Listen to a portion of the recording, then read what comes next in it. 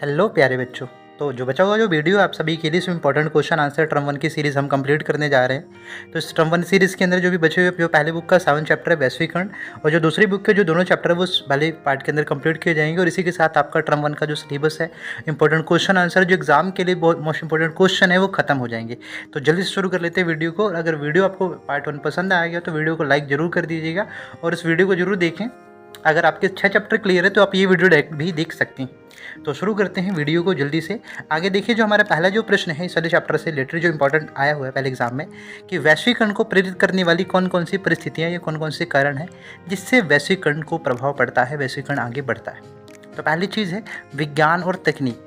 Science है, technology की देनी है कि ग्लोबलाइजेशन आज पूरी दुनिया में बना हुआ है। एंड इसके साथ एक कंसेप्ट है एफडीआई। एफडीआई की फुल फॉर्म भी आपको याद रखनी पड़ेगी, फॉरेन डायरेक्ट इन्वेस्टमेंट। क्या है इसका? फॉरेन डायरेक्ट इन्वेस्टमेंट, हिंदी में कहते हैं विदेशी प्रत्यक्ष निवेश। तो इस तरीके से आप इसको याद कर लीजिए। देशों में आपसी निर्भरता से वैश्वीकरण आगे बढ़ा है। आज एक देश दूसरे देश पर निर्भर है और दूसरा देश पहले देश पर निर्भर है। इस निर्भरता से क्या हो गया, वैश्वीकरण को बहुत तेज़ी से बढ़ावा मिलता है। साथ के साथ बात करेंगे वैश्विक जो घटनाएं हैं, जो वैश्विक घटनाएं हो रही, किसी भी देश में कोई एक इवेंट हुआ उसका पता दूसरे देश में लग जाता है।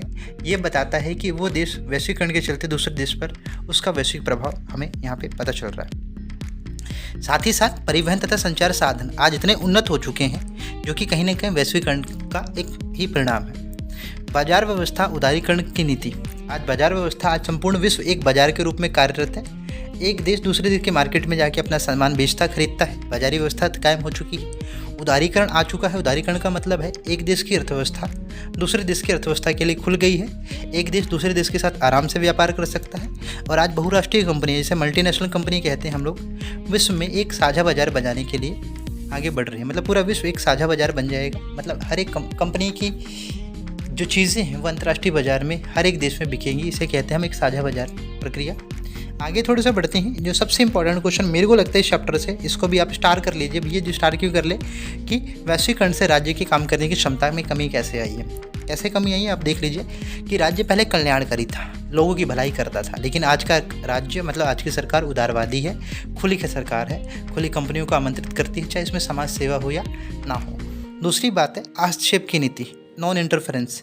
सरकार किसी भी बाजारी प्रक्रिया में हस्तक्षेप नहीं करेगी, ठीक है। इसलिए राज्य के कार्य क्षेत्र में आज कमी देखने को मिली है। राज्य का मुख्य काम सुरक्षा, कानून व्यवस्था और विदेशी संबंधों तक सीमित रह गया। जहां एक समय राज्य कल्याणकारी होती थी, मुख्य जितने भी अर्थव्यवस्था के काम थे, देश के काम थे, वो राज्य सरकार के हाथ में आते थे।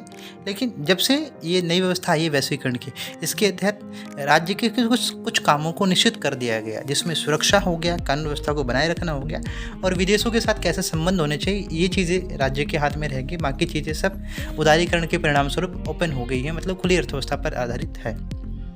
आर्थिक और सामाजिक प्राथमिकताओं का प्रमुख निर्धारक बाजार है, ना कि राज्य।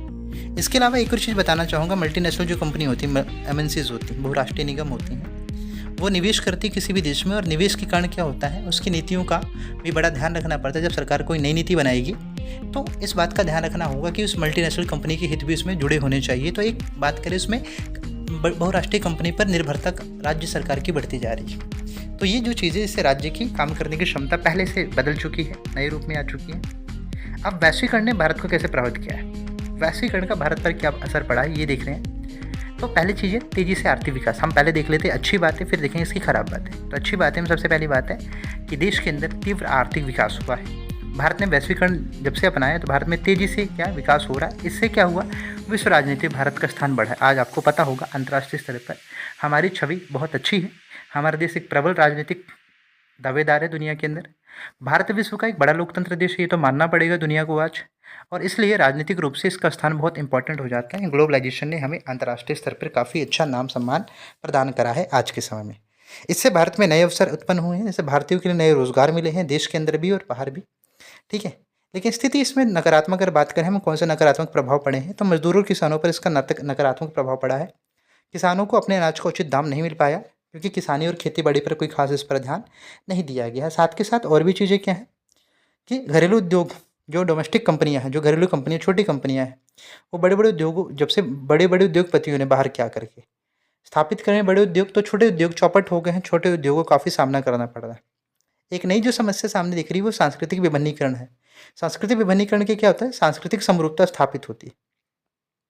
सांस्कृतिक समरूपता मतलब एक देश की संस्कृति दूसरे देश की संस्कृति के साथ जुड़ रही है, ये अच्छी बात है। लेकिन इसमें खराब बात ये है कि पश्चिमी संस्कृति शेष संस्कृति पर थोपी जा रही है। आज दुनिया का हर एक देश अमेरिका की संस्कृति को अपनाना चाहता है। अब वो संस्कृति दुनिया भर के देशों में एक प्रचलन की तरह आगे बढ़ रही है, मतलब एक अफीम की तरह नशा छा आ रहा है लोगों के अंदर कि भाई पश्चिमी कल्चर बहुत अच्छा, बहुत अच्छा, बहुत अच्छा है। तो इस कल्चर के चलते क्या एक तरीके से जो पश्चिमी संस्कृति, हम इसे मैकडोनल्डीकरण भी कहते हैं, तो ये चीज़ दुनिया भर में आज बढ़ते जा रही है तेज़ी से। तो ये एक नकारात्मक पहलू है इसका। ओके, वैश्वीकरण का सांस्कृतिक पक्ष आप समझाएँगे? सांस्कृतिक पक्ष की व्याख्या करें, ये इंपॉर्टेंट क्वेश्चन है। देखो 3 क्वेश्चन मैं बता देता हूँ, सांस्कृतिक, आर्थिक और सामाजिक, सॉरी राजनीतिक, सामाजिक की जगह राजनीतिक है। तो इस तरीके से ये तीनों क्वेश्चन आ सकते हैं, इसके सकारात्मक, नकारात्मक प्रभाव तीनों को बारी-बारी बता रहे हैं हम आपको। तो पहली चीज़ देखते हैं इसके सकारात्मक प्रभाव, कि सांस्कृतिक समरूपता आई है। इससे क्या होता है कि सभी देशों में संस्कृतियों का आदान-प्रदान हो रहा है, अच्छी बात है। दूसरी बात है, आज के समय में वैश्वीकरण आने से जो खाने-पीने और पहनावे के बहुत सारे ऑप्शन आपके सामने मौजूद हैं। आप कोई भी कल्चर के कपड़े पहनना चाहते हैं, आपके सामने विकल्प बहुत सारे मौजूद होते हैं। सांस्कृतिक विभिन्नीकरण जिससे प्रत्येक संस्कृति को कहीं ज़्यादा अलग और विशिष्ट हो रही हैं। आज के समय में देखेंगे जो भारतीय त्यौहार है, अंतर्राष्ट्रीय देशों के अंदर मनाए जाते हैं। इसे कहते हैं सांस्कृतिक विभिन्नीकरण। सांस्कृतिक अंतर्निर्भरता को बढ़ावा मिल रहा है। एक कल्चर दूसरे कल्चर से सीख भी रहा है कि कौन सी अच्छी चीज़ें हैं। दूसरे जैसे हमारे देश का खादी पहनना, हमारे देश का योगा, वो क्या है अच्छा, उसमें अच्छाइयाँ हैं, उस अच्छाइयों को दूसरे देश भी सीख रहे हैं। और साथ के साथ हमें भी मौका मिलता है कुछ देशों की अच्छी चीज़ें सीखने का, जैसे बड़ों के सामने झुकना, जापान का कल्चर है, ये चीज़ हम सीखते हैं। ठीक है जी। नकारात्मक प्रभाव, नकारात्मक प्रभाव की अगर हम बात करें तो सांस्कृतिक समरूपता द्वारा विश्व में पश्चिमी संस्कृतियों का आधिपत्य हो गया। अगर हम इसकी बात करें कि देखो नकारात्मक प्रभाव, सबसे पहली चीज़ है कि जो पश्चिमी कल्चर आज दुनिया भर में हावी हो रहा है। दूसरा, लोग सांस्कृतिक परिवर्तनों पर दुविधा में, दुविधा इस बात की कि क्या नए कल्चर ठीक है, पुराने कल्चर कैसे थे, उसमें बेहतर कौन है, ये समस्या उत्पन्न हो रही है, एक चुनौती की तरह दुनिया के सामने आ रही है। संस्कृतियों की मौलिकता का बुरा प्रभाव पड़ रहा है। देखो हर एक संस्कृति के अपने मौलिक रूप होते हैं, कुछ अवधारणाएं होती हैं, उसकी वास्तविकताएं होती हैं। जब हम नए तौर तरीके में आते हैं तो कई बार इसके मौलिक रूप का अंतर होता है। फॉर एग्जाम्पल विवाह पद्धति की हम जिस बात करते हैं, जैसे प्रेम विवाह, लव मैरिज हम लोग देख रहे हैं आज के समय बहुत अधिक बढ़ रही है, तो हमारी मौलिक संस्कृति का अभी भी हिस्सा नहीं थी। ये क्यों नहीं थी? खैर इस विषय पे ज़्यादा बात नहीं करना चाहता, बस एक उदाहरण देना चाह रहा था मैं। ऐसा मेरा कोई किसी के प्रति कटाक्ष नहीं है या कोई ऐसी बुराई नहीं है, ठीक है? तो संस्कृति की मौलिकता पर बुरा प्रभाव पड़ता है, किसकी वजह से भैया? वैश्वीकरण की वजह से। तो कुछ अच्छे प्रभाव भी हैं इसके और इसके बुरे प्रभाव भी हैं सांस्कृतिक तौर पर देखें तो। बात करें वैश्वीकरण का जो आर्थिक पक्ष है, ये भी व्याख्या करने लायक है, प्रश्न आया हुआ है। सकारात्मक प्रभाव देखें पहले इसका, कि जो अंतर्राष्ट्रीय आर्थिक संस्थाएँ वो आज नियम कायदे बनाती हैं, और नियम कायदे जब बनाती है दुनिया भर के देशों को उससे फ़ायदा पहुँचता है। आज के समय में व्यापार बाधाओं को कम करने की कोशिश की गई है कि एक देश जब दूसरे देश से व्यापार करेगा तो उसमें कम से कम बाधाएं उत्पन्न होनी चाहिए। अब उदारीकरण से खुलापन आया है, व्यक्ति कहीं भी जाकर अपना व्यवसाय स्थापित कर सकता है, तो गरीब लोगों को आसानी हुई है क्या, हाँ, अपना कारोबार करने में। तो गरीबी का स्तर थोड़ा सा कम हुआ है वैश्वीकरण के आर्थिक पक्ष की बात करते हैं तो। समान व्यावहारिक तथा श्रम नियमों को संतुलित करके आर्थिक विकास स्थापित करने की कोशिश की गई है। आपको याद होना चाहिए कि इंटरनेशनल लेबर ऑर्गेनाइजेशन जो चौथे चैप्टर में आपको पढ़ाया गया था, तो वहाँ पे देखो किस तरीके से ये जो श्रम संगठन है, अंतर्राष्ट्रीय श्रम संगठन, अंतर्राष्ट्रीय स्तर पर श्रम कानूनों को तय करता है कि किसी व्यक्ति को काम करने के लिए कौन सी परिस्थितियाँ मिलनी चाहिए, कौन कौन सी सामाजिक सुरक्षाएं मिलनी चाहिए। तो ये चीज़ें बताई गई हैं। तो इससे लेके आता है जो ये श्रम के जो नियम कायदे ठीक से लागू होंगे तो इससे हर देश के लोगों को फ़ायदा पहुँचेगा। तो ये एक अच्छी बात है यहाँ पे। बट नकारात्मक प्रभाव इसके देख लेते हैं कि नेगेटिव पॉइंट्स में क्या क्या इसके। ये पूंजी व्यवस्था जब से आई है तो अमीर लोग कम हो गए और गरीब की संख्या बढ़ती जा रही थी। समस्या है किसी भी देश के लिए। सरकार ने गरीब व वंचित वर्गों के कल्याण कार्य व सुरक्षा कार्य कम कर दिए। पहले सरकार ज़्यादा कल्याण कर रही थी, लेकिन अब सरकार इस पर ध्यान नहीं देती।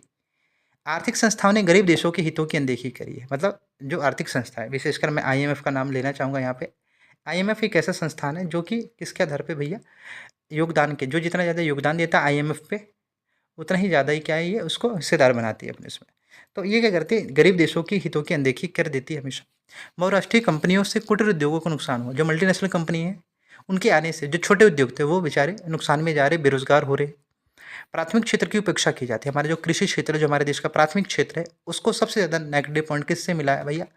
एग्रीकल्चर से, सॉरी ग्लोबलाइजेशन से, ठीक है, वैश्वीकरण से। वैश्वीकरण के राजनीतिक प्रभाव में आ जाते हैं। इसमें पहले सकारात्मक पॉइंट देखेंगे।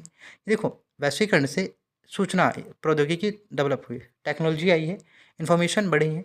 अब राज्य को समय पर सही इन्फॉर्मेशन, सही सूचनाएं मिल जाती है, सही आंकड़े मिल जाते हैं, सरकार अच्छे से काम कर पा रही। शासन व्यवस्था प्रभावशाली हुआ है। क्यों? उसको लागू करने के कायदे कानून तौर तरीके बदल चुके हैं। अब कोई भी सूचना देनी, 1 मिनट में प्रवचन दिया, 1 मिनट में भाषण दिया और 2 घंटे में पूरे देश के अंदर वो फैल जाता है। क्यों? तकनीक की वजह से। आपसी सहयोग से आतंकवाद पर अंकुश लगाना हो गया, सफल हो गया कि भाई कोई भी अगर किसी आतंकी गतिविधि होती तो मीडिया, सोशल मीडिया या तकनीक के माध्यम से वो पूरे विश्व में उस चीज़ की इन्फॉर्मेशन मिल जाती है। इससे सहयोग बढ़ता है। सरकार को नई प्रशासनिक पद्धति सीखने का मौका मिलता है। वैश्वीकरण में क्या होता है, जब एक देश दूसरे देश में कभी भी विजिट करता है, व्यक्ति आते हैं तो वहाँ सीखते हैं कौन सी बेहतर बात चीज़ है। मतलब जो भी अच्छी चीज़ें रहेंगी वो वैश्वीकरण के अंतर्गत वो अडॉप्ट कर ली जाती है। इससे क्या होता है, प्रशासन की नई पद्धतियाँ सामने डेवलप होती हैं। राजनीतिक प्रभाव के तौर पे देखें तो नकारात्मक प्रभाव की बात करते हैं तो सबसे पहली चीज़ वही चीज़ है कि राज्य पहले कल्याणकारी था, लेकिन अब उदारवादी हो चुका है। राज्य हस्तक्षेप करता था पहले, मतलब सॉरी, राज्य ने हस्तक्षेप करना कम कर दिया है, जैसे उसका दायरा कम हो गया। राज्य अब बाजार में कम इंटरफेयर करता है, सिर्फ उसके निश्चित काम बांट दिए गए हैं कि सुरक्षा करना, ये सारी चीज़ें आपने जैसे पहले देखी। बहुराष्ट्रीय निगमों के कारण राज्य की विदेश नीति प्रभावित होती है। मल्टीनेशनल कंपनी के चलते हमारी विदेश नीति पर भी बहुत बुरा प्रभाव पड़ सकता है, ये नकारात्मक बात है।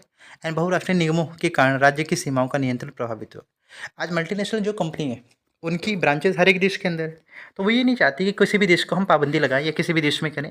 मान लीजिए कि हमारा कोई युद्ध हो गया किसी देश के साथ, लेकिन एक मल्टीनेशनल कंपनी जिसका व्यापार उस देश के साथ है, तो वो कंपनी कभी नहीं चाहेगी हम उस देश के साथ पाबंदी लगाएं।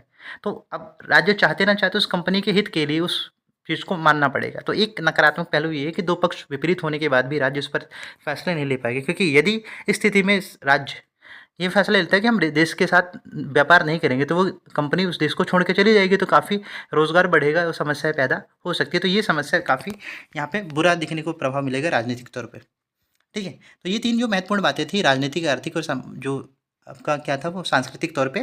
साथ के साथ अगर हम बात करें इसमें जो नए प्रश्न हमारे सामने है कि वैश्वीकरण में विज्ञान और प्रौद्योगिकी ने क्या योगदान दिया है। अगर ये प्रश्न ही खैर अपने आप में कहूँ गलत है, पूछना ही नहीं चाहिए। ये प्रश्न होना चाहिए कि भैया क्यों नहीं है। आपको पता ना कि भाई विज्ञान और टेक्नोलॉजी की वजह से ही सब कुछ हो पा रहा है, तो क्या योगदान है ये तो हम सबको पता, लेकिन इसको पॉइंट्स में लिखना बहुत ज़रूरी है।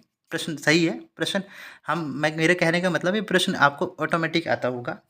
देखिए इसमें आंसर पॉइंट्स कैसे बनते हैं हमारे। टेलीफोन, टेलीग्राफ और माइक्रोचिप ने संचार क्रांति ला दी है। संचार क्रांति मतलब कम्युनिकेशन में बिल्कुल रेवोल्यूशन ला दिया है। रेवोल्यूशन कैसे? टेलीफोन में आपने मिनट में फ़ोन लगाया, इंटरनेशनल कॉल लग गई, आपकी 10 मिनट, 2 मिनट, 1 मिनट के अंदर बात खत्म हो जाती है। टेलीग्राफ, इंस्टेंट मैसेज आते हैं। अब तो आपका ईमेल वगैरह आ गया तो और भी स्पीड हो गई। माइक्रोचिप जो एसडी कार्ड वगैरह होते, भाई आप हज़ारों जीबी डेटा छोटी सी चीज़ में स्टोर करके रख सकते हो और कहीं भी पहुंचा सकते हो। ये इतनी स्पीड हो गई है। हमारे विचारों का प्रौद्योगिकी पर प्रभाव पड़ा है। आज हमें कोई भी विचार आता है, हमें कोई भी अच्छा बुरा बात पता चलती है, वो हम मिनट में हमने क्या कर दी, अपलोड कर दी सोशल मीडिया के माध्यम से। ये जी खाना बनाने की नई टेक्निक आपने बनाई और वीडियो बना के अपलोड कर दिया, है ना। किसी के बारे में जानने की निंजा टेक्निक हमने जानी और क्या कर दी, अपलोड कर दी। तो मतलब आज हमारे जो विचार हैं मिनट से पहले प्रभावित हो जाते हैं, किसमें? सूचना प्रौद्योगिकी की वजह से। परिवहन संसाधनों से आवाजाही सुगम हो गई। आज परिवहन संसाधन इतने फास्ट हो गए हैं, आप सुबह उठे हो और 1-2 घंटे बाद आपको याद है कि आपको कहीं निकलना है एकदम से। आपने 1-2 घंटे में फ़्लाइट बुक करी और शाम तक आप वहाँ पर आराम से पहुँच जाओगे। राज्य की सीमाओं को समाप्त कर दिया गया, मतलब एक देश दूसरे देश में आना-जाना मतलब आम बात हो गई है। जैसे बच्चे बचपन में स्कूल जाते हैं ना, सुबह के और शाम को दोपहर तक घर आ जाते हैं। तो वैसा ही यहाँ पे ऐसा ही हो रहा है कि भई एक राज्य का व्यक्ति है, कहीं इस देश में जा रहा है, कहीं उस देश में जा रहा है, तो आम बात हो चुकी है। समय, स्थान तथा दूरी इसमें बहुत कम हो चुका है, बहुत ख़त्म सा हो गया है।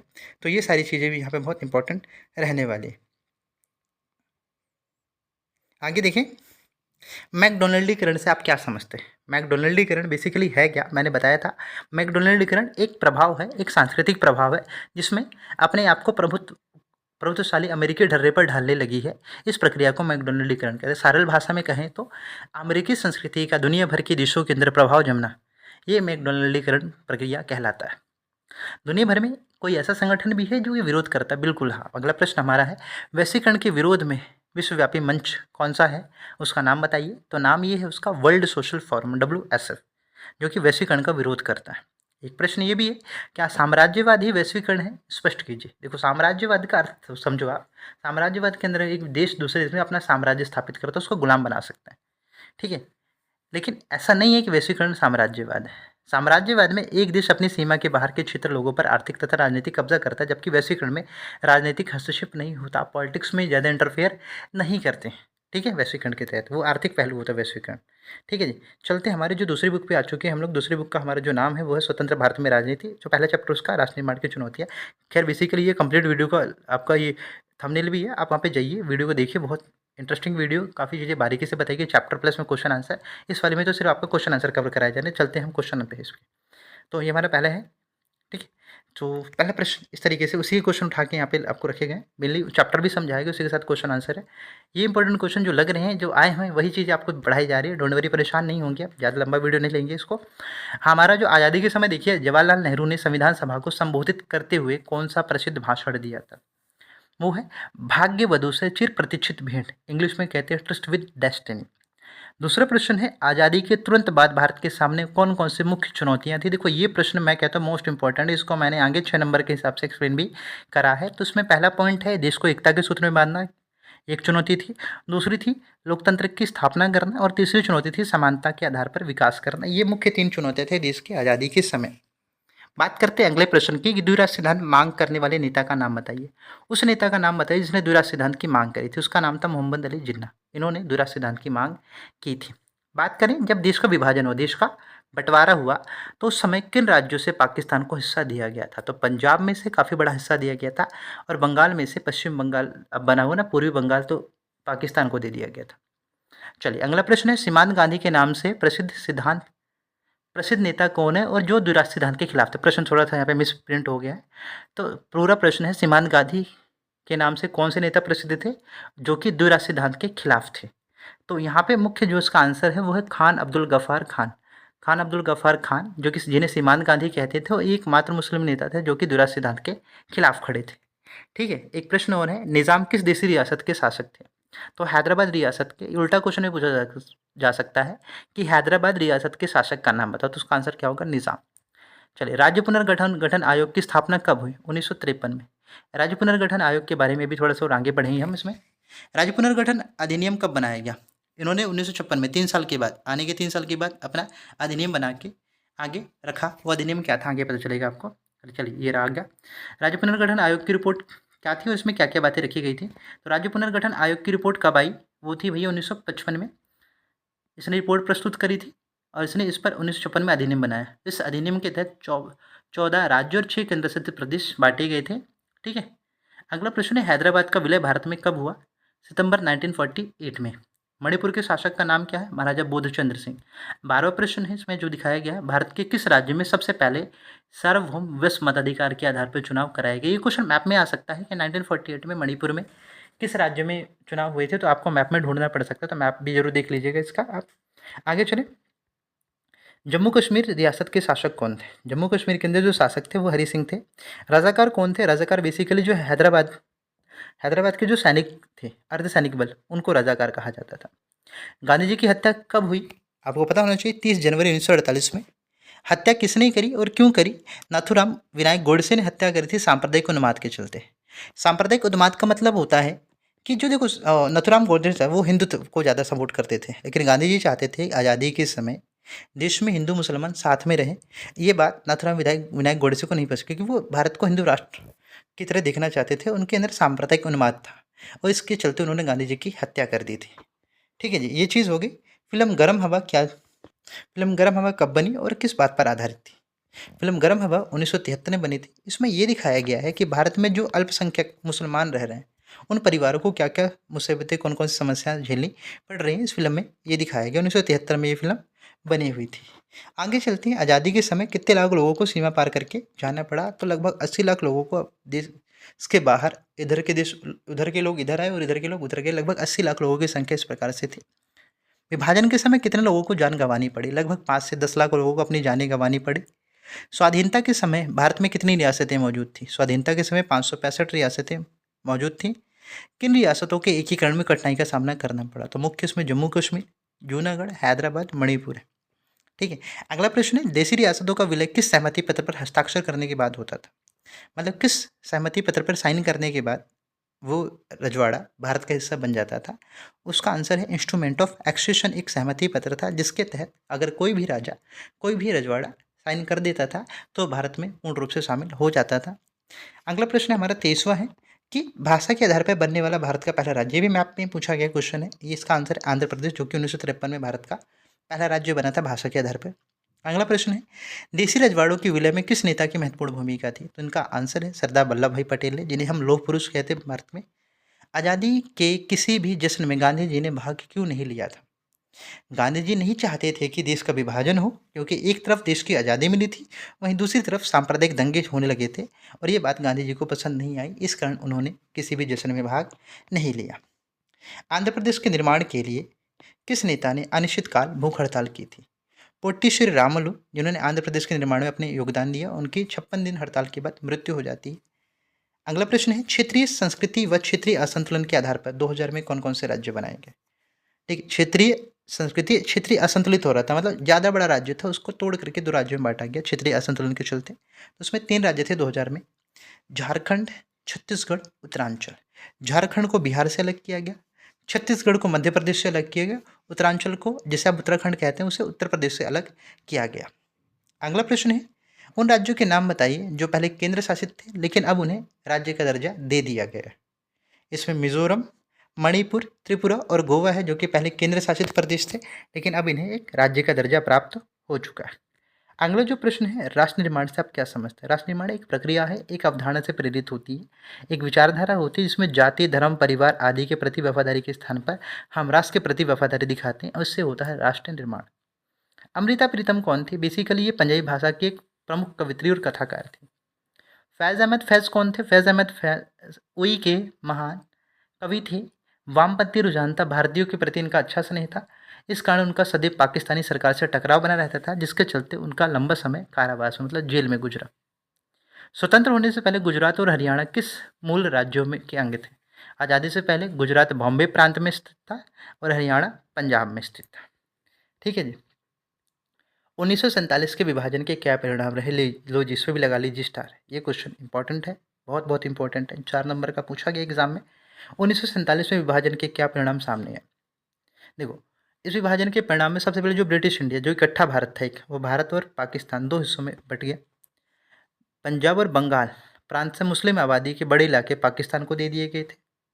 इस समय औरतों को अगवा किया गया, अपहरण हुआ उनका, और कुछ लोगों ने परिवार की इज्जत मर्यादा के नाम पे खुद ही बहू बेटियों को मार डाला था। लगभग 80 लाख लोगों को सीमा पार करके जाना पड़ा। 5 से 10 लाख लोग इसको जाने गए इसमें, और लोगों को अपना जीवन शरणार्थियों की तरह जीवन व्यतीत करना पड़ा, किसमें? शिविरों में। इसके अलावा टेबल, कुर्सी, टाइपराइटर आदि का वित्तीय संपदा का विभाजन हुआ। मतलब ये क्वेश्चन भी एमसीक्यू में एक बार पेपर में पूछा गया। ठीक है। अगला प्रश्न जो हमारे सामने है कि डैश को सीमांत गांधी के नाम से जाना जाता है, उन्होंने भारत के 2 राष्ट्रों विभाजन का विरोध किया। तो बेसिकली भी इसके बारे में बता चुके हैं हम लोग आपको कि ये कौन थे भैया? ये खान अब्दुल गफ्फार खान थे, जिन्होंने विरोध करा किसका? द्विराष्ट्र सिद्धांत का। ये और आपका एक बहुत ही मोस्ट इंपॉर्टेंट क्वेश्चन है, वो है 35वां, जो आपको दिख रहा होगा स्क्रीन पे। हैदराबाद के भारत में विलय की किन के लिए उत्तरदायी परिस्थितियों को स्पष्ट कीजिए। ठीक है। अब ये प्रश्न इंपॉर्टेंट है, 4 नंबर का, कई बार पेपर में पूछा गया, मैं तो कई बार के पेपर देख चुका हूँ। सो काफ़ी मेरे को इंपॉर्टेंट लग रहा है क्वेश्चन, आप भी इसको मार्क कर लीजिएगा। ठीक है। हैदराबाद की रियासत बहुत बड़ी रियासत थी और वहाँ के शासक का नाम निज़ाम था, जैसा कि अभी पढ़ाया गया आपको। निज़ाम के शासक से वहाँ के लोग काफ़ी दुखी थे, इस कारण उन्होंने आंदोलन छेड़ा लोगों ने निज़ाम के खिलाफ। जब इसकी बात निज़ाम को पता चलती तो प्रतिक्रिया के तौर पे वो अपने रजाकार, मतलब अर्धसैनिक बल को रवाना कर देता ताकि वो लोग आंदोलन को ख़त्म कर सकें। वहीं दूसरी तरफ भारतीय सेना ने भी अपनी भारतीय सेना भेजी ताकि रजाकारों को रोका जा सके। रजाकारों के सांप्रदायिक व अत्याचारी खेमे पर भारतीय सेना ने सितंबर 1948 के लंबे संघर्ष के बाद काबू पा लिया। काफ़ी अत्याचारी किस्म के थे ये, लेकिन भारत सरकार के सैनिकों ने 1948 में सितंबर में इनको कंट्रोल कर लिया और आखिरकार निज़ाम को आत्मसमर्पण करके हैदराबाद को भारत में मिलाना ही पड़ा। इस प्रकार से हैदराबाद भारत का हिस्सा बन जाता है सितंबर 1948 के अंदर। आगे प्रश्न हमारा है कि राज्य पुनर्गठन आयोग क्या था, ये कब बना और इसकी मुख्य सिफारिशें क्या थी? राज्य पुनर्गठन आयोग राज्यों के पुनर्गठन के लिए 1953 में बनाया गया एक आयोग है। जो कि भाषा, संस्कृति आदि के आधार पर राज्यों की सीमाओं का सीमांकन करेगा। मतलब भाषा, कौन सी भाषा बोली जाती, वहाँ का कल्चर कैसा है, इस आधार पर नए राज्यों का गठन किया जाएगा और इसी को हम राज्य पुनर्गठन आयोग के नाम से जानते हैं। इसकी मुख्य सिफारिशों की अगर हम बात करें तो कुछ इस प्रकार है। त्रिस्तरीय राज्य प्रणाली को समाप्त कर दिया गया। जो अंग्रेजों के शासन व्यवस्था के अंदर देखा गया, जो राज्य हैं उसको 3 स्तरों पे बांटा गया। पहले ऐसे जो कि ब्रिटिश इंडिया के डायरेक्टली अधीन थे, दूसरे ऐसे जो रजवाड़ों के अधीन थे, एंड 4 क्षेत्र ऐसे भी थे जो सीधे जनरल के अधीन आते थे। तो मतलब 3 स्तरों पर एबीसी राज्य जो व्यवस्थाएं की गई थी, इस राज्य पुनर्गठन आयोग ने उसको समाप्त करवा दिया। दूसरी जो इसकी मुख्य बात है वो है केवल 3 केंद्र शासित प्रदेश बचाए गए, अंडमान निकोबार, दिल्ली और मणिपुर, और बाकी इसके अलावा जो राज्य थे उनको उसके पड़ोस वाले राज्यों में जाके मिला दिया गया। राज्यों की सीमा का जो निर्धारण है वहाँ बोली जाने वाली भाषा के आधार पर हो, मतलब जो भाषा उस राज्य में बोली जाती है उसके आधार पर वहाँ उस राज्य की सीमा का निर्धारण किया जाएगा। ये बात की गई। हमारा जो अगला प्रश्न है वो कार्टून पर आधारित प्रश्न है। इसमें देखेंगे जो इम्पोर्टेंटली पूछा गया वो क्या है। पहला इसमें प्रश्न पूछा गया है जो कार्टून में दाईं ओर खड़े नेता को पहचानिए और उनका नाम बताइए। तो जो नेता है यहाँ पर वो है सरदार वल्लभ भाई पटेल। दूसरी बात है, ये कार्टून राजा और प्रजा के किस प्रकार के संबंध को दिखाता है। तो कार्टून में शासक और प्रजा के बीच स्वामी और दास के रूप में संबंध को दिखाया गया। यहाँ शासक शासन कर रहे हैं जिसमें जनता पर कोई अधिकार नहीं होता, मतलब ऐसी जगह पे बताया गया। देखो ये व्यक्ति है, जनता को दिखा रहे और ये राजा है, तो किस प्रकार से यहाँ पे बताया गया कि जो प्रजा है शासक के विरुद्ध कुछ बोल भी नहीं सकती। एंड तीसरा प्रश्न से पूछा गया है, यह नेता किस मामले को सफलतापूर्वक हल कर पाए। ये जो मसला है वो देशी रियासत के विलय का मसला है। सरदार वल्लभ भाई पटेल ने देशी रियासतों के विलय में भारत में क्या क्या महत्वपूर्ण भूमिका निभाई थी। इस चैप्टर का सबसे महत्वपूर्ण प्रश्न, इसमें भी आप स्टार मार्क कर लीजिए, बहुत इंपॉर्टेंट क्वेश्चन, कि स्वतंत्रता प्राप्ति के समक्ष कौन कौन सी चुनौतियाँ थी। पहले मैंने बताया था इसका शॉर्ट फॉर्म में, अब इसको डिटेल एक्सप्लेन 6 नंबर के हिसाब से अगर आ जाए तो कैसे आपको इसका आंसर लिखना होगा।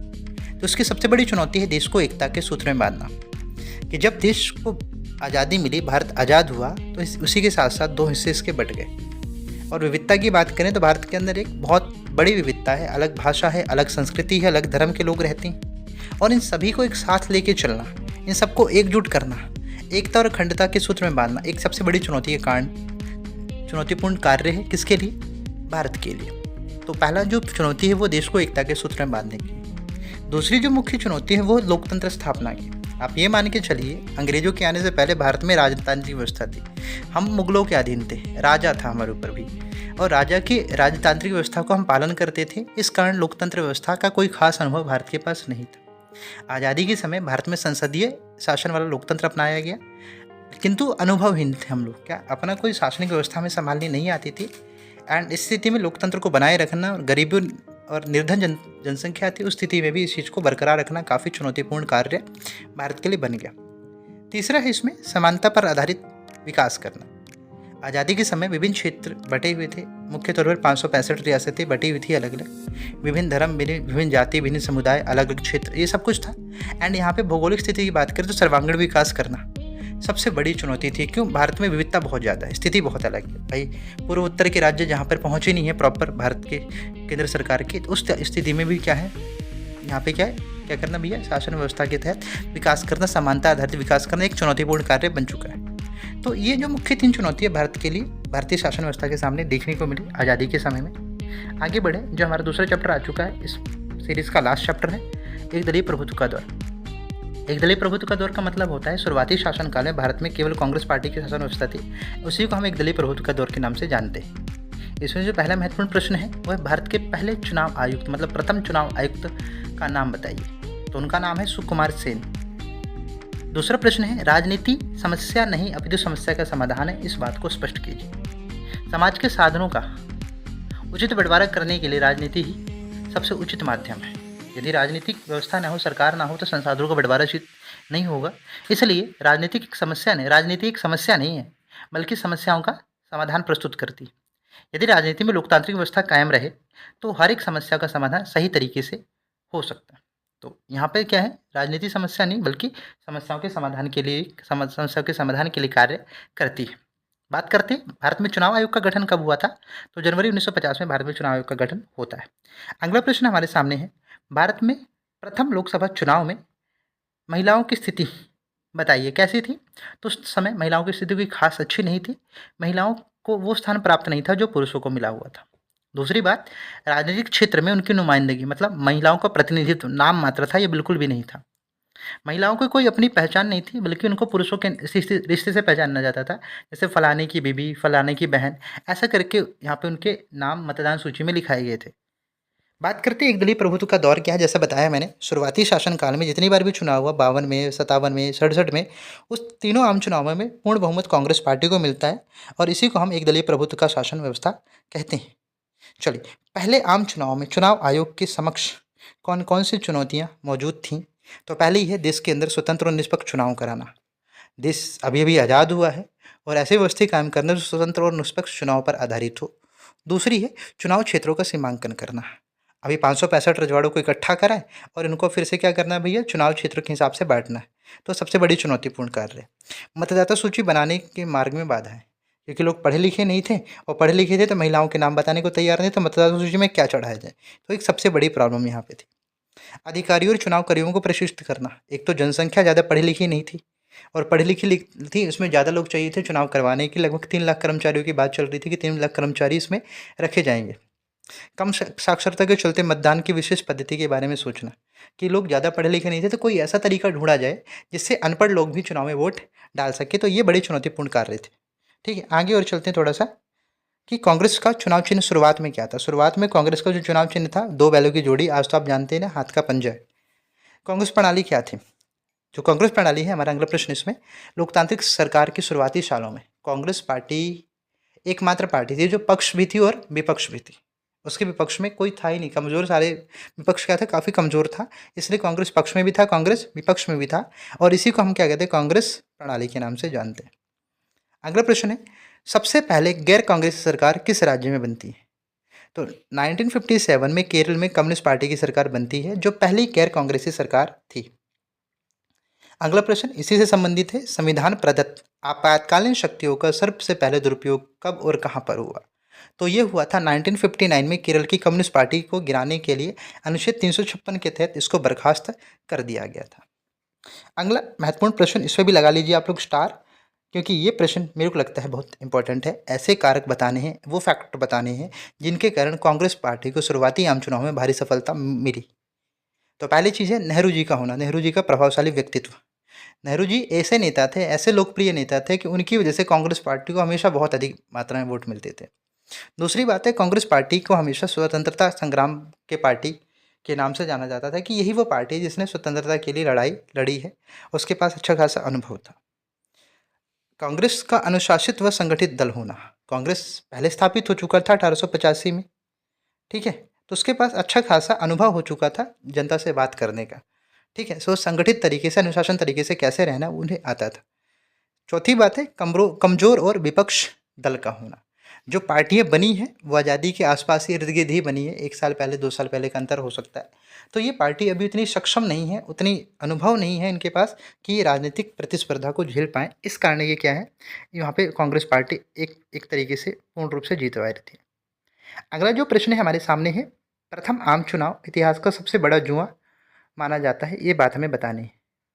ठीक है, तो इसे हम राजनीतिक जुआ क्यों कह रहे हैं पहले आम चुनाव को? देखो भाई, समझने की बात ये है कि देश के अंदर, देश बहुत बड़ा है, देश में मतदाता सूची बहुत बड़ी। ठीक है, मतदाता इतने ज़्यादा हैं और मतदाता भी कौन है, अनपढ़ है, गरीब और निरक्षर मतदाता है, जिनको भैया नाम लिखना भी ठीक से नहीं आता, तो वो कैसे वोट डालेंगे? चुनौती थी अपने आप में। चुनाव हेतु संसाधनों की कमी, पर्याप्त मात्रा में भाई ये भी नहीं। देखो, आज तो स्कूल है हमारे पास बेहतरीन वाले, जहाँ पे हम जा करके क्या करते हैं, चुनाव में वोट डालते हैं। ईवीएम मशीन है हमारे पास आज। उस समय ना ईवीएम मशीन थी, ना अच्छे स्थान थे जहाँ पे चुनाव कराया जाए। हाँ भाई, झोपड़पट्टी वगैरह या कोई टिन टप्पर डाल करके वहाँ पे चुनाव करा दिए जाते होंगे, मतदान पेटी बचा करके किसी भी तरीके से। एंड सबसे बड़ी चुनौतीपूर्ण कार्य था कि भाई देश में पढ़े लिखे लोगों को ढूंढना, उनको चुनाव के लिए क्या करना, ट्रेनिंग देना। क्योंकि लोगों की कुल आबादी वहाँ पे बताया 16% लोग थे जो कि एजुकेटेड थे, मतलब साक्षर थे। साक्षर कैटेगरी का मतलब जिनको नाम लिखना वगैरह आता था, और केवल इसमें 7% ही महिलाएं थी। अगला जो प्रश्न है, फिल्म सिंहासन के पर आधारित है। फिल्म सिंहासन किस कहानी पर केंद्रित थी? तो फिल्म सिंहासन 1981 में बनी थी और इस फिल्म में बताया गया है कि राजनीतिक जोड़ तोड़ कैसा है, भ्रष्टाचार कैसे फैलता है, इस पर आधारित एक ये फिल्म है ये। अगला प्रश्न है, इंस्टीट्यूशनल रिवोल्यूशनरी पार्टी PRI से क्या अभिप्राय है और ये किस देश में कार्यरत है? ये है मैक्सिको में इस पार्टी का शासन लगभग 60 साल तक रहा। तो नाम से पता चला ये मैक्सिको की पार्टी है जिसका नाम है PRI, और इसका निर्माण 1929 में हुआ था। इस पार्टी ने मैक्सिकन क्रांति करी थी, ठीक है, मैक्सिको के अंदर। तब से ये पार्टी वहाँ पे एक छत्र राज कर थी 60 सालों तक। अगला जो प्रश्न है हमारे पास सामने, भारत में चुनाव के बदलते तरीकों पर प्रकाश डालिए। मतलब तब शुरुआती चुनावी प्रक्रिया में और आज की चुनावी प्रक्रिया में क्या अंतर आ चुका है, प्रश्न ये है। तो शुरुआत में मतपत्र पर, मतलब वोटिंग पेपर होते, वेलवेट पेपर वगैरह कुछ ऐसा होता था, मतलब पेपर पे इलेक्शन के लिए मोहर लगती थी, वो पेटी में डाला जाता था। लेकिन आज के समय वोटिंग मशीन आ चुकी है। दूसरा है, प्रत्याशियों की जमानत राशि को बढ़ा दिया गया। जहाँ पहले प्रतिनिधि को अपने चुनाव के लिए नामांकन कराने के लिए कम पैसे देने पड़ते थे, अब उस नामांकन के लिए अधिक पैसे देने पड़ते हैं। 2 से अधिक चुनाव क्षेत्र में चुनाव लड़ने पर प्रतिबंध। कोई अकेला प्रतिनिधि एक साथ 2 या 2 से अधिक क्षेत्रों में चुनाव नहीं लड़ सकता। केवल एक व्यक्ति एक ही स्थान से चुनाव लड़ सकता है। चुनाव प्रचार की अवधि 21 से घटाकर 14 दिन कर दी गई है कि पहले 21 दिन पहले अब बंद करना पड़ता चुनाव प्रचार, लेकिन अब 2 हफ्ते पहले ही बंद कर देना रहेगा आपको, ठीक है। मतलब टाइम ज़्यादा मिल रहा है आपको चुनाव प्रचार करने का, ठीक है। 2 हफ्ते पहले ही रोका गया इसको बस। मतदान की आयु 21 साल से घटाकर 18 वर्ष कर दी गई। पहले 21 साल का व्यक्ति ही वोट दे सकता था, लेकिन अब व्यक्ति की आयु कर दी गई है 18 वर्ष। चुनाव आयोग की सक्रियता पहले से बहुत अधिक बढ़ गई है। तो ये सारी चीज़ें हैं जो बदलाव आया है किसमें, चुनावी प्रक्रिया के अंदर। अगला जो प्रश्न है वो भारतीय जनसंघ पार्टी के ऊपर है। भारतीय जनसंघ पार्टी का इंपॉर्टेंट प्रश्न इसलिए मानता हूँ मैं, क्योंकि जो आज की बीजेपी है उसकी जड़ें इसी पार्टी से जुड़ी हुई है। मतलब उसका लेन देन, मतलब यूँ कह सकते हैं बीजेपी इसकी उत्तराधिकारी है, किसकी, भारतीय जनसंघ की। तो स्थापना हुई थी इसकी 1951 में। किसने की थी, श्यामा प्रसाद मुखर्जी ने, ठीक है। विचारधारा क्या है इसकी, ये बताती है एक देश एक संस्कृति एक राष्ट्र की बात करते हैं। भारतीय संस्कृति परंपरा पर आधारित आधुनिक प्रगतिशील ताकतवर भारत की संकल्पना इस पार्टी का सपना था, ठीक है। ये भारत और पाकिस्तान को मिलाकर अखंड भारत के निर्माण की बात करते हैं, जैसा कि आज चलता है कि अखंड भारत बनाना है, हिंदुत्व को कायम करना है। ये चीज़ें इसमें काफ़ी ज़्यादा प्रचलित थी उस समय। ये अंग्रेजी को हटा करके हिंदी को राजभाषा बनाने के लिए आंदोलन जारी कर रखा था इन्होंने। अभी खैर ये पार्टी समाप्त हो चुकी है और ये नए रूप में आ चुकी है, बीजेपी के रूप में। कम्युनिस्ट पार्टी ऑफ इंडिया की नीति और कार्यक्रम बताइए। तो बेसिकली इस पार्टी की स्थापना 1941 में हुई थी, जो कांग्रेस से अलग हुआ था। एंड संस्थापक की बात करें, इसके संस्थापक कौन थे, A.K. गोपालन। कौन थे, A.K. गोपालन। इसके मुख्य उद्देश्य क्या थे, ये देश की समस्याओं का समाधान अपने साम्यवादी तरीके से लेना चाहते थे। ये तरफदारी करती थी साम्यवादी तरीकों की। मतलब चीज़ प्यार से नहीं समझ आती तो उसको अलग तरीके से समझाना चाहिए, इनका मानना ये था। ये पार्टी ये मानती थी 1947 में सत्ता का हस्तांतरण हुआ, सच्ची आज़ादी नहीं थी। मतलब हमें तो ये पता है कि हमारा देश आज़ाद हुआ है, लेकिन इनको ये लगता था सिर्फ क्या हुआ, अंग्रेजों ने शासन व्यवस्था कांग्रेस को दे दी, लेकिन कोई आज़ादी नहीं मिली इनके हिसाब से। इस वजह से इन्होंने तेलंगाना में हिंसक विद्रोह भी किया था। लेकिन 1951 आते आते जब चुनाव आए हैं, इन्होंने हिंसा का रास्ता छोड़ा और इन्होंने चुनाव में भाग लिया और चुनाव में इन्हें 16 सीटें प्राप्त भी हो गई। 1964 में इस पार्टी का विभाजन हो गया। क्यों विभाजन हुआ आपको अभी पता चल जाएगा। देखो 1964 से पहले 1962 में भारत और चीन का युद्ध हुआ था। तो बात आती है कम्युनिस्ट पार्टी का विभाजन कब हुआ और क्यों हुआ। तो ये पार्टी 1964 में टूट गई, ये बात तो पता चल गई। क्यों हुआ, चीन और सोवियत संघ के बीच विचारात्मक अंतर। देखो वैसे दोनों ही देश कम्युनिज्म को फॉलो करते हैं, लेकिन दोनों का तरीका बदल गया। 1964 आते आते अमेरिका की तरफ झुकने लगा चीन, ठीक है। मतलब उसकी सोच परिवर्तित होने लगी और इस कारण से क्या हो गया, साम्यवादी जो विचारधारा थी भारत में वो 2 भागों में बांट गई, एक CPI और दूसरी CPIM। इस प्रकार से हमारी 2 विचारधाराएं इसके सामने आती हैं। तो इस प्रकार से हमारी ये पूरी जो वीडियो सीरीज़ है हमारी टर्म 1 वाली कंप्लीट हो जाती है। उम्मीद है कि आपको ये जो क्वेश्चन आंसर है काफ़ी अच्छे से समझ भी आए होंगे, और उम्मीद करते हैं कि आप अपने दोस्तों को भी शेयर करें। और वीडियो पसंद आया हो तो लाइक ज़रूर कर देंगे। बहुत मेहनत से बनाए, कई रातें जागनी पड़ती है ऐसे क्वेश्चन बनाने के लिए आपके लिए। तो प्लीज़ आप कम से कम चैनल को सब्सक्राइब और लाइक करके एक अच्छा सा कमेंट तो डाल ही सकते हैं। ओके, ऑल द बेस्ट आपको एग्ज़ाम के लिए। Thank you.